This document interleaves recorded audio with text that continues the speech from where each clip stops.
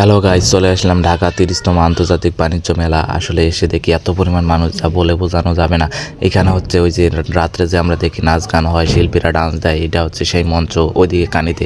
আর এই বিল্ডিংটা হচ্ছে আমাদের ঢাকা আন্তর্জাতিক বাণিজ্য মেলার মেন বিল্ডিং। আর এখানে দেখি অনেক মানুষ, মানে অনেক দোকানপাট আছে। যাই হোক, ওদিকে একবার যাবো, যেয়ে দেখবো কি। আর এইখানে হচ্ছে পতাকা টাঙানো আছে।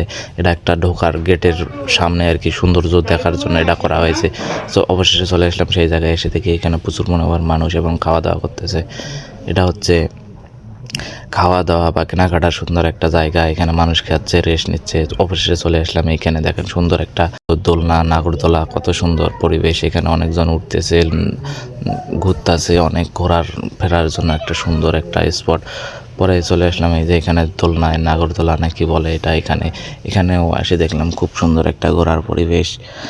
মানুষ এটা এজন্যই আসে যে ঢাকা আন্তর্জাতিক বাণিজ্য মেলা বলে কথা। অনেক সুন্দর পরিবেশ, মনোরম। মানুষ ছোট বাচ্চা থেকে বড় সবার জন্য আনন্দময় কোনো কিছু না কিছু আছেই। ওইখানে দেখেন ছোট বাচ্চারা সুন্দরভাবে খেলতেছে, এখানে বড়রা নাগরদোলায় উঠছে।